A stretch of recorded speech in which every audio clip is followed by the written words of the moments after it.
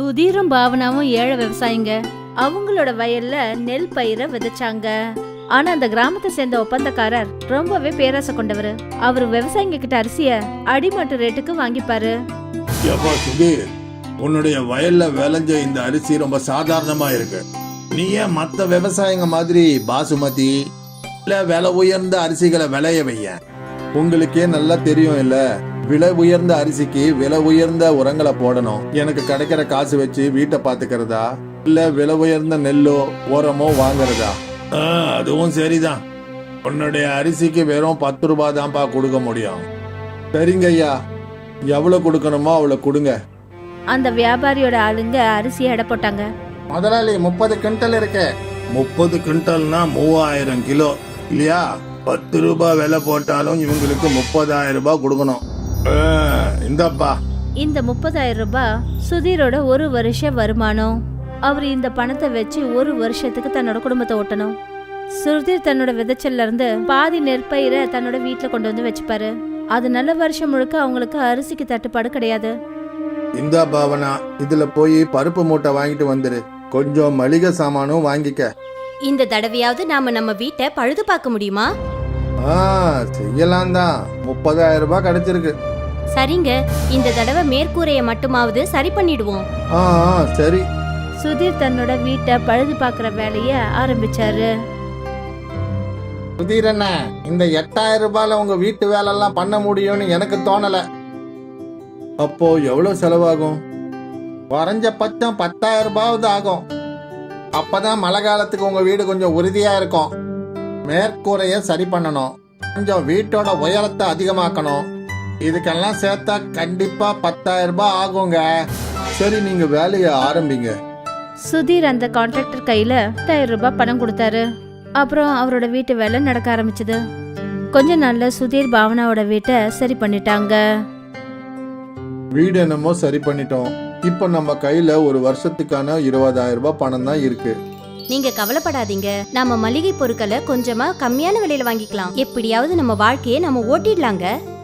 ஆமாங்கப்பா, எது எப்படியோ இந்த மழை காலத்துல நம்ம வீட்டுக்குள்ள தண்ணி வராதுல, அதுவே போதும். சரி.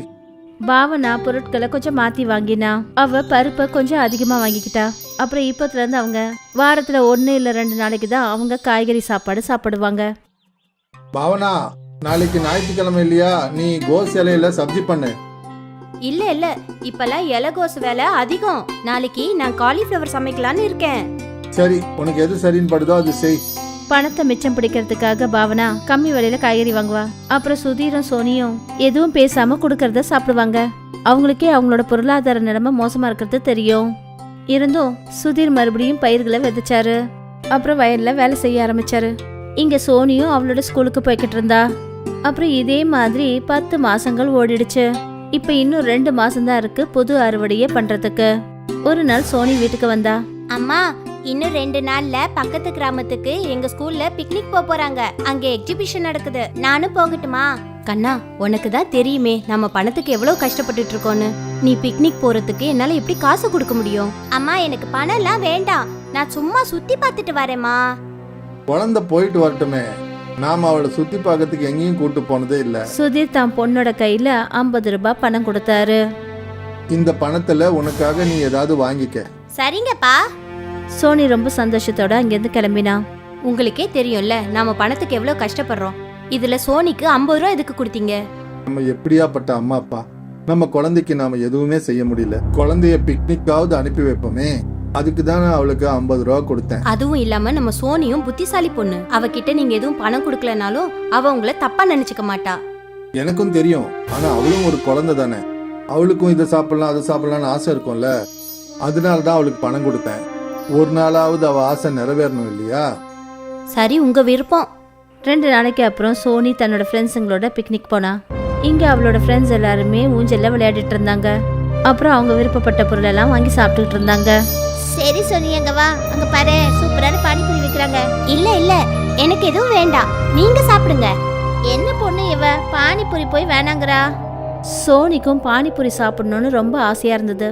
ஆனா அவளுக்கு தெரியும் அவ கையில இருந்தது கம்மியான பணம்னு. அப்புறம் அதை அவ செலவு பண்ண விரும்பல. இந்த பணத்தை வச்சு நான் வீட்டுக்கு ஏதாவது வாங்கிட்டு போவேன். அப்பா அம்மா 2 பேரோட சேர்ந்து சாப்பிடுறேன். அப்பதான் சோனியோட கவனம் ஒரு இலகோஸ் விக்கிற வண்டி கடைக்கு போச்சு. அப்பாவுக்கு இலகோசுனா ரொம்ப பிடிக்கும். அப்புறம் பல மாசங்களா இலகோசு நாங்க யாருமே சாப்பிடல. இன்னைக்கு நான் இந்த காசுல இலகோஸ் வாங்கிட்டு போறேன். மாமா, ஒரு இலகோசு எவ்வளோ? 60 ரூபா கண்ணே. ஆனா என்கிட்ட வெறும் 50 ரூபாய் தான் இருக்கு. எங்க அப்பாவுக்கு இலகோசுனா ரொம்ப பிடிக்கும். சரிடா கண்ணா, நீ 50 ரூபா கொடுத்து இந்த இலகோசை வாங்கிட்டு போ. சோனி ரொம்ப சந்தோஷத்தோட அந்த காய்கறிக்காரர் கையில 50 ரூபாய் கொடுத்தா அந்த இலகோசை வாங்கினான். சோனியோட ஃப்ரெண்ட்ஸ் எல்லாரும் வளையல், பொம்மை அது இதுன்னு வாங்கினாங்க. ஆனா சோனி இலகோஸ் வாங்கினா. அந்த இலகோசை எடுத்துக்கிட்டு சோனி வீட்டுக்கு வந்தா. இந்தாங்கம்மா. அட, என்ன இது? அப்பா என்கிட்ட 50 ரூபாய் கொடுத்தாருல, அதுல நான் இலகோசு வாங்கிட்டு வந்திருக்கேன். நாம எல்லாரும் சேர்ந்து சாப்பிடலாம். சுதீரும் பாவனாவும் சோனியை பார்த்து ரொம்ப பெருமைப்பட்டாங்க. பாவனா சமையல் அறையில இருந்தா. இந்த இலகோஸ்ல சப்ஜி பண்றதா இல்ல பக்கோடா பண்றதா? இவங்களுக்கு இது ரெண்டுமே பிடிக்கும்.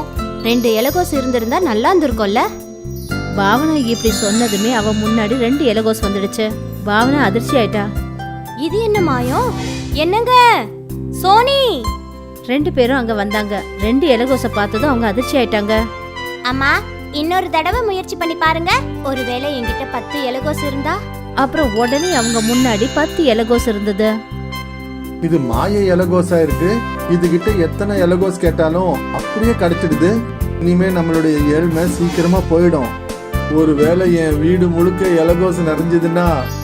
ஒரு நிமிஷத்துல வீடு முழுக்க இலகோசால நிறைஞ்சிருச்சு. சுதீரும் பாவனாவும் அந்த இலகோசை வித்து பணம் சம்பாதிக்க ஆரம்பிச்சாங்க. அவங்களோட ஏழ்மை போயிடுச்சு. சோனியோட மாய இலகோஸ் அவங்களோட வாழ்க்கையே மாத்திடுச்சு. அந்த மாய இலகோஸ்னால மறுபடியும் எப்பவும் சுதீரோட குடும்பத்துக்கு பணத்துக்கான தட்டுப்பாடு இருந்ததே இல்ல. அப்துல் ஒரு பிரமாதமான சமையல்காரர். அவரு சுல்தான் மியா ஹோட்டல்ல தந்தூரி செஞ்சுக்கிட்டு இருந்தாரு. எனக்கு ஒரு தந்தூரி பார்சல் கொடுங்க. இதோ தந்துடுறேன். அப்துல் என்ன, உங்க கையால செய்யற தந்தூரியை பத்தி சொல்லவே தேவையில்ல. நானும் நிறைய ஹோட்டல்ல தந்தூரி சாப்பிட்டிருக்கேன். ஆனா உங்க கையில இருக்கிற கைப்பக்குவம் வேற எங்கேயுமே கிடையாதுண்ணே. நன்றி. என்னுடைய தந்தூரி உங்களுக்கு பிடிச்சிருக்கே, அதுவே சந்தோஷம். அப்துல் பல வருஷங்களா இதே ஹோட்டல்ல தான் வேலை பார்த்துட்டு இருந்தாரு. எல்லாமே நல்லபடியா போயிட்டு இருந்தது. அப்புறம் ஒரு நாள் சுல்தான் மியாவோட பையன் ஹப்சல் ஹோட்டலை பாத்துக்கிற பொறுப்பை ஏத்துக்கிட்டான். தம்பி, உங்க ஹோட்டல் தந்தூரி உண்மையிலேயே சூப்பரே. எனக்கு தெரியும். நிறைய கஸ்டமர்ஸ் அப்துல் அண்ணன் தந்தூரி பத்தி பாராட்டுறாங்க. இத கேட்டுட்டு அப்துல் சிரிச்சாரு. அவருக்கு ஹப்சல் மைண்ட்ல இருக்கிற குறுக்குத்தனமான புத்தி என்னன்னு தெரியாது. ஹப்சல் என்ன யோசிச்சு வச்சிருந்தான்னா, அதாவது அவன் தந்தூரி கவுண்டரை பெருசாக்கலாம்னு நினைச்சான். இன்னும் நிறைய சமையல்காரங்களை வைக்கணும்னு நினைச்சான். அப்துல் அண்ணன், இன்னும் நீங்க சில சமயக்காரங்களுக்கு உங்களை மாதிரி தந்தூரி செய்ய கத்து கொடுக்கணும். அது என்னன்னா, நான் தந்தூரி கவுண்டரை பெருசாக்க போறேன். அப்பதான் என்னால நிறைய ஆர்டர் எடுக்க முடியும். நிச்சயமா தம்பி, நான் எல்லா சமயக்காரங்களுக்கும் சொல்லி கொடுக்கறேன். இத கேட்டதும் ஹப்சல் சந்தோஷப்பட்டான். கொஞ்ச நாளைக்கு அப்புறம் தந்தூரி கவுண்டர் பெருசாச்சு. இன்னும் 2 சமையல்காரங்க அந்த கவுண்டருக்கு வந்துட்டாங்க. அல்தாஃப் அப்புறம் அர்பாஸ்.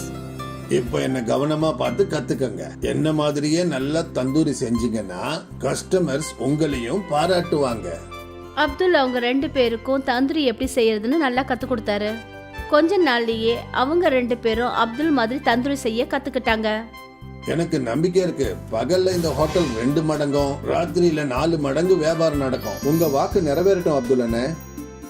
அப்துல் அவங்க 2 பேருக்கும் நல்ல மனசோட தந்தூரி செய்யறது எப்படின்னு கத்து கொடுத்தாரு. ஆனா அப்சல் ரொம்பவே தந்திரமானவன். அவன் மைண்ட்ல பணம் சம்பாதிக்கிறது மட்டும்தான் குறிக்கோளா இருந்தது. அதனால அவன் புது கோழி பண்ணக்காரர்கிட்ட ஒப்பந்தம் பண்ணிக்கிட்டான். இந்த கோழி பண்ணக்காரன் அப்சலுக்கு செத்து போன கோழிங்களை குறைஞ்ச விலைக்கு விற்க ஆரம்பிச்சான். அதனால அப்சலோட லாபம் அதிகமாச்சு. தந்தூரி கவுண்டர் பெருசா இருந்ததுனால கஸ்டமர்ஸும் அதிகமாயிட்டாங்க. எல்லாமே நல்லபடியா தான் போயிட்டு இருந்தது. ஆனா ஒரு நாள் அப்துல் அன்னைக்கு அந்த ஹோட்டல்ல ராத்திரி பகல்னு பார்க்காம இருந்தாரு. அப்பதான் அந்த ஹோட்டலோட முதலாளி சுல்தான் அங்க வந்தாரு. கண்ணா அப்சல், ஹோட்டல் எப்படிப்பா போயிட்டு இருக்கு? நல்லா போகுதுப்பா. அது சரி, நம்ம கோழி வாங்குற பண்ணைய மாத்திட்டேன்னு கேள்விப்பட்டேன்.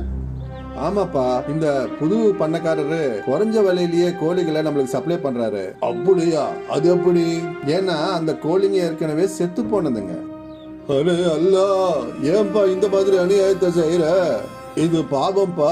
இந்த பாவத்தை செய்யாத. அவ கொடுக்கற தந்தூரி சாப்பிட்டு யாருக்காவது உடம்பு சரியில்லாம போச்சுன்னா அப்புறம் அந்த அல்லாஹ் நம்மள மன்னிக்கவே மாட்டாரு கண்ணா. அப்படியெல்லாம் எதுவும் நடக்காதுப்பா. எல்லா ஹோட்டல்காரங்களும் இப்படிதான் செய்யறானுங்க. என் ஃப்ரெண்ட்ஸ் ஹோட்டல் எல்லாம் இப்படிதான் நடக்குது. இது வரைக்கும் எந்த நோயும் வந்ததில்ல, இனிமேலும் வராது. உனக்கு அறிகுறி சொல்ல வேண்டியது என்னுடைய கடமை, அதுக்கப்புறம் உன்னோட விருப்பம். இனிமே இந்த ஹோட்டல் உன்னுடையது, நீ தான் இதுக்கு முதலாளி. நல்லதோ கெட்டதோ அது எல்லாம் உன் கையில தான் இருக்கு, சரியா? சுல்தான் சார் அங்கேருந்து கிளம்பி போனாரு. அவங்க பேசினது எல்லாத்தையும் அப்துல் கேட்டுட்டாரு. கொஞ்ச நேரம் பொறுத்து அவரும் அவங்க வீட்டுக்கு போயிட்டாரு. ராத்திரி முழுக்க அப்துல் இதே விஷயத்தை பத்தி யோசிச்சுட்டு இருந்தாரு. ஜனங்க உயிரோட விளையாடுற இடத்துல நான் இனிமே வேலை செய்ய மாட்டேன். இது ரொம்பவே பாவம். ஆனா முதலாளி பையன் நான் சொல்றத கேட்க மாட்டாரு. பேசாம இந்த வேலையை விட்டுடலான்னு எனக்கு தோணுது. இப்ப அப்துல் என்ன யோசிச்சாருன்னா, சுல்தான் ஹோட்டல்ல சமைக்கிற வேலையை விட்டுடலான்னு யோசிச்சாரு. மறுநாள் காலையில அவரு ஹோட்டலுக்கு போனாரு. நேத்துக்கு நீங்க பேசுனதை நான் கேட்டுட்டேன். இனிமே இங்க வேலை செய்யறதுக்கு என் மனசாட்சி உறுத்துது. நான் இந்த ஹோட்டலை விட்டு போறதா முடிவு பண்ணிட்டேன். நல்லது. நீ என்ன நினைச்ச? நீ போயிட்டேன்னா இந்த ஹோட்டலை மூடிடுவேன்னு நினைச்சியா? அதான் இல்ல. ஆனா இதுக்கு மேல உனக்கு எந்த ஹோட்டல்லையும் வேலை கிடைக்காது, அது உறுதி அப்துல்லனே. அத நான் ஏத்துக்கிறேன். வேலை இல்லாம நான் இருந்துருவேன். இந்த மாதிரி ஏமாத்தி சம்பாதிக்க நான் விரும்புறேன். அப்துல் இப்படி சொல்லிட்டு அங்கிருந்து போயிட்டாரு. அவரு நிறைய ஹோட்டல்ல வேலை தேடி அலைஞ்சாரு. ஆனா அவருக்கு வேலை எங்கேயும் கிடைக்கல. ரொம்ப நொந்து போய் ஒரு நாள் அவரு தன்னோட நண்பன் முஸ்தபா சைக்கிள் கடையில உட்கார்ந்துருந்தாரு. என்னப்பா ஆச்சு, இன்னைக்கு வேலை கிடைக்கலையா? இல்ல நண்பா, என்ன பண்றதுன்னு எனக்கு தெரியல. தந்தூரி பண்ற வேலையை தவிர வேற எந்த வேலையும் எனக்கு தெரியாது. வேற வேலை செய்ய சொல்லி உன்னை யார் சொன்னது? நான் என்ன சொல்ல வரேன்னா, நீயே சொந்தமா ஒரு தந்தூரி கவுண்டர் ஓபன் பண்ணா என்ன? அவ்வளவு பணம் என்கிட்ட இல்ல. தந்தூரி ரொம்ப விலை அதிகம். அது மட்டும் இல்லாம ஹோட்டல் வேணும் இல்ல, அதுக்கு வாடகை, இதுக்கெல்லாம் நான் எங்க போறது? உன்னுடைய எல்லா கேள்விக்கும் ஒரே ஒரு பதில் தான். கொஞ்ச நேரம் வெயிட் பண்ணு. முஸ்தபா 2 பழைய சைக்கிள் ரிம் எடுத்துட்டு வந்தாரு. அப்புறம் அதுல ஹோல்ஸ போட்டு ஒரு கம்பியை போட்டாரு. இந்தா ரெடி ஆயிடுச்சு. என்ன இது? புரிய வைக்கிறேன். முஸ்தபா கிட்ட ஒரு தள்ளி வண்டி இருந்தது. முஸ்தபா அந்த கைவண்டிக்கு மேல இருந்த மரத்தை உடைச்சு எடுத்தாரு. அப்புறம் இந்த தந்தூரை அந்த கைவண்டியில ஃபிக்ஸ் பண்ணாரு. இப்போ இதுக்கு கீழே அடுப்பு கறிய பத்த வை. அப்புறம் இத சுத்தி சுத்தி தந்தூரி பண்ண. அடேங்கப்பா, இது ரொம்ப நல்லா இருக்கே. இத எப்படி யோசிச்ச? உனக்கு உதவி செய்யணும்னு நினைச்சேன், அதான் யோசனை தானா வந்துருச்சு. நன்றி நன்றி நண்பா. மறுநாள்ல இருந்து முஸ்தபா அந்த கைவண்டியில தந்தூரி விற்க ஆரம்பிச்சாரு. தந்தூரி செய்யறதுல முஸ்தபா கை தேர்ந்த ஆளு. ஆனா அவர்கிட்ட ஹோட்டல் இல்ல. அதனால அவரோட தந்தூரி விலையும் ரொம்ப குறைவா தான் இருந்தது. முஸ்தபாவோட தள்ளுவண்டி தந்தூரி கடையில கஸ்டமர்ஸ் கூட்டம் எப்பவுமே இருந்துகிட்டே இருந்தது. அதே சுல்தான் ஹோட்டல்ல ஃபுட் ஆபீசர்ஸ் வந்து செக் பண்ணாங்க. அப்புறம் செத்து போன கோழியை சமைச்சு விற்கிறதுனால அவங்களோட ஹோட்டலுக்கு சீல் வச்சுட்டாங்க. அந்த குற்றத்துக்காக அப்சலுக்கு சிறை தண்டனை கொடுத்தாங்க. ஒருவேளை இதுதான் இயற்கையோட நியாயம் போல இருக்கு. நல்லவங்களுக்கு எப்பவும் நல்லதுதான் நடக்கும், அப்புறம் கெட்டவங்களுக்கு கெட்டதுதான் நடக்கும். இதுக்கு தான் சொல்லுவாங்க, நல்லதை மட்டும் செய், நல்லதே நடக்கும். அப்துல் ஒரு பிரமாதமான சமையல்காரர். அவரு சுல்தான் மியா ஹோட்டல்ல தந்தூரி செஞ்சுக்கிட்டு இருந்தாரு. எனக்கு ஒரு தந்தூரி பார்சல் கொடுங்க. இதோ தந்துடுறேன். அப்துல் என்ன, உங்க கையால செய்யற தந்தூரியை பத்தி சொல்லவே தேவையில்ல. நானும் நிறைய ஹோட்டல்ல தந்தூரி சாப்பிட்டிருக்கேன். ஆனா உங்க கையில இருக்கிற கைப்பக்குவம் வேற எங்கேயுமே கிடையாதுண்ணே. நன்றி. என்னுடைய தந்தூரி உங்களுக்கு பிடிச்சிருக்கே, அதுவே சந்தோஷம். அப்துல் பல வருஷங்களா இதே ஹோட்டல்ல தான் வேலை பார்த்துட்டு இருந்தாரு. எல்லாமே நல்லபடியா போயிட்டு இருந்தது. அப்புறம் ஒரு நாள் சுல்தான் மியாவோட பையன் ஹப்சல் ஹோட்டலை பாத்துக்கிற பொறுப்பை ஏத்துக்கிட்டான். தம்பி, உங்க ஹோட்டல் தந்தூரி உண்மையிலேயே சூப்பரே. எனக்கு தெரியும், நிறைய கஸ்டமர்ஸ் அப்துல் அண்ணன் தந்தூரியை பத்தி பாராட்டுறாங்க. இத கேட்டுட்டு அப்துல் சிரிச்சாரு. அவருக்கு ஹப்சல் மைண்ட்ல இருக்கிற குறுக்குத்தனமான புத்தி என்னன்னு தெரியாது. ஹப்சல் என்ன யோசிச்சு வச்சிருந்தான்னா, அதாவது அவன் தந்தூரி கவுண்டரை பெருசாக்கலாம்னு நினைச்சான். இன்னும் நிறைய சமையல்காரங்களை வைக்கணும்னு நினைச்சான். அப்துல் அண்ணன், இன்னும் நீங்க சில சமயக்காரங்களுக்கு உங்களை மாதிரி தந்தூரி செய்ய கத்து கொடுக்கணும். அது என்னன்னா, நான் தந்தூரி கவுண்டரை பெருசாக்க போறேன். அப்பதான் என்னால நிறைய ஆர்டர் எடுக்க முடியும். நிச்சயமா தம்பி, நான் எல்லா சமயக்காரங்களுக்கும் சொல்லி கொடுக்கறேன். இத கேட்டதும் ஹப்சல் சந்தோஷப்பட்டான். கொஞ்ச நாளைக்கு அப்புறம் தந்தூரி கவுண்டர் பெருசாச்சு. இன்னும் 2 சமையல்காரங்க அந்த கவுண்டருக்கு வந்துட்டாங்க. அல்தாஃப், அப்புறம் அர்பாஸ்.